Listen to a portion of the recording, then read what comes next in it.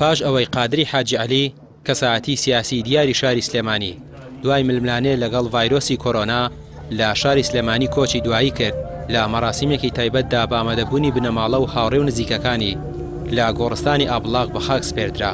بەشێک لە کەساتیە سیاسیەکان دەڵێن قادری حاجی عەلی یەکێک بووە لە سەرکردە ریفۆرمخوازەکان و هەمیشە لە هەوڵی چاکسازی و گۆڕانکاری لە سیستەمی سیاسی بووە. کاخاور لە مێژووی دوور و درێژی خەبات و تێکۆشانیدا وەک کارکتەرێکی خاوەن پرەنسیپ و مۆڕاڵی سیاسی ناسراوە و دەرکەوتووە. هەر لەو ڕوانگەیەوە و لە سەردەمی دەسەڵاتی حکوومەتی هەرێمی کوردستاندا هەمیشە چاوی لە بەدیهێنانی ژیانێکی باشتر بووە بۆ میلەتەکەی.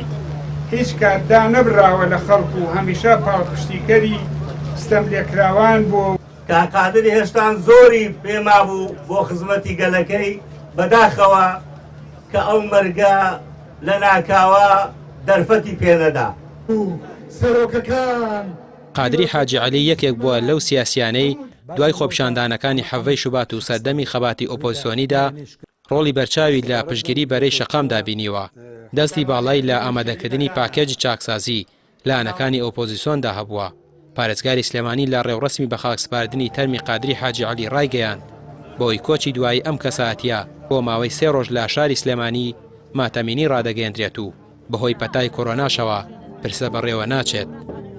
خەمی خۆمان دەرەبڕین وەک پارێزگای سلێمانی بە ئەرشی خۆمان مازانی کە ماتەمینی سەرتاسەری بۆ ماوەی 3 ڕۆژ ڕابگەیەنین بەهۆی ئەم پەتانەگریسەی کە ئازیزترین کەسی لێبردین پرسەماندانەنا دام و دەستگاکانمان ڕەش نەکرد بۆ ئەوەی کە لە دڵ و ویژدان و دەروون و ماڵ و کوچە و کۆڵان و شەقامەکانی ئەم وڵاتەیە گوند و دوند و دۆڵ و شار و ئاوەدانیەکانی ئەم وڵاتەیە لە ڕۆحی زیندوی هەر مرۆڤێکە کە بە دوای دادپەروەری و ئازادی و ئاوەدانی و ئاسایش و ئارامیەوە ئەگەڕێت پرسەی بۆ دابنین پرسەماندانە.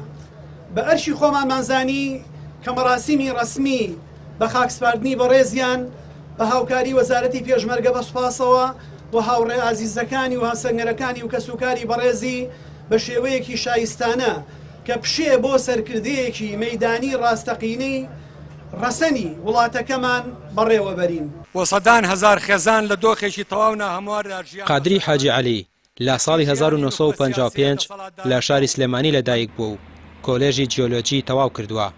لە ساڵی 1988 بۆ ساڵی 2000 کارگێڕی مەکتەبی سیاسی یەکێتی بووە.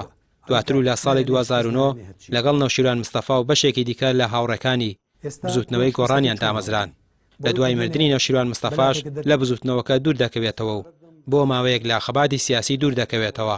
مانگێک بەر لە ئێستا بەهۆی توشبوونی بە پەتای کۆرۆنا و مانەوەی 40 ڕۆژ لە نەخۆشخانە دوجار گیانی لەدەستدا. ڕامیار عوسمان، کەناڵی پەیام، سلێمانی.